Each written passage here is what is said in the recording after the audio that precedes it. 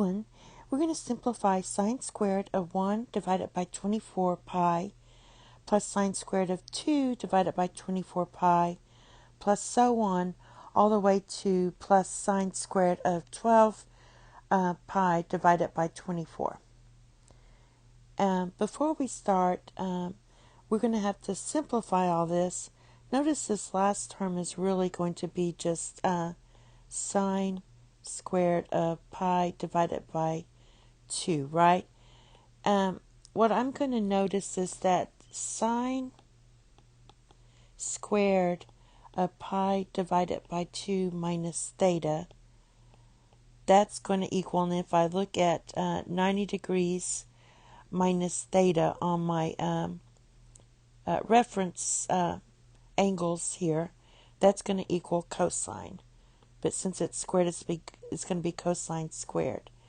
So what we're going to note is that sine squared of theta plus sine squared of pi divided by 2 minus theta equals 1.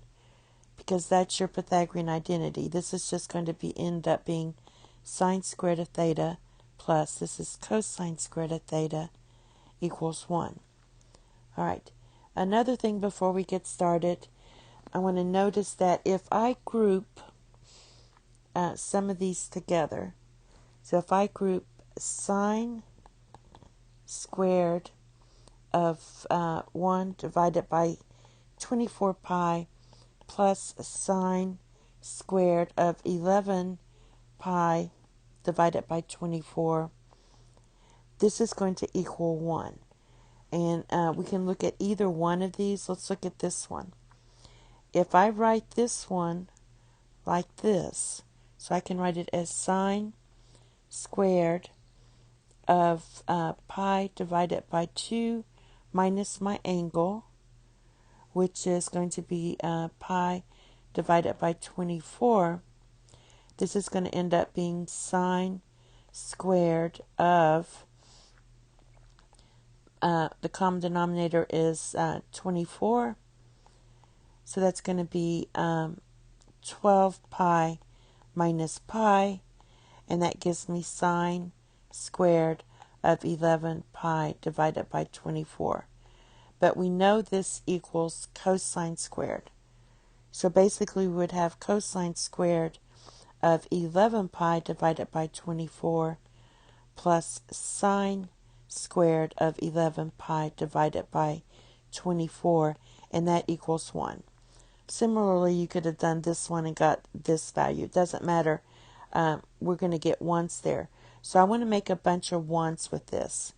So basically what I'm going to do is write this as, regroup this as sine squared of pi divided by 24 plus sine squared of 11 pi divided by 24. And then the next group, you want these two to be equal to 12 because you want pi divided by 2. All right, so the next group would be sine squared of 2 pi divided by 24.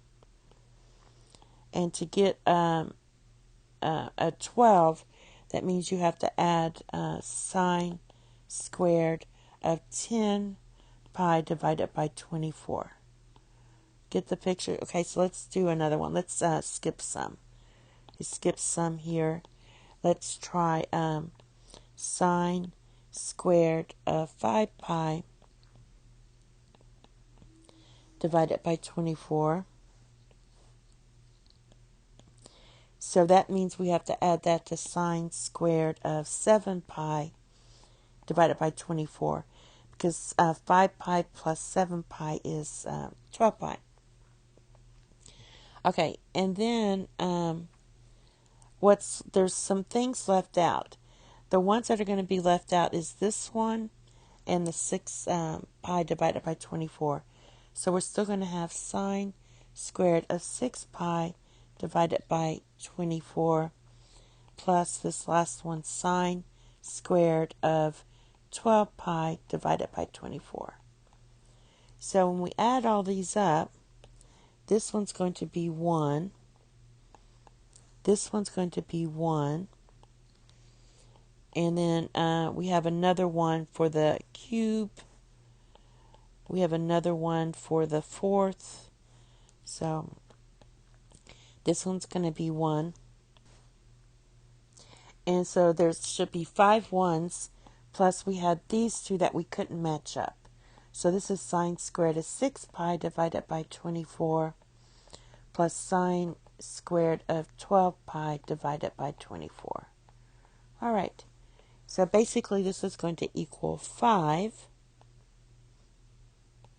So 5 plus, this reduces to pi divided by 4. And this one's going to reduce to sine squared of pi divided by 2. If I can squeeze some of this in here, let's see what happens.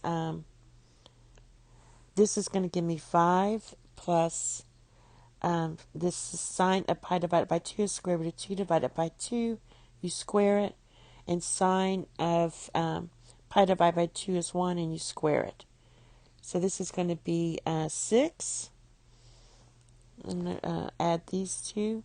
So this is going to be 6 plus, and this is going to be 4 divided by, or 2 divided by 4.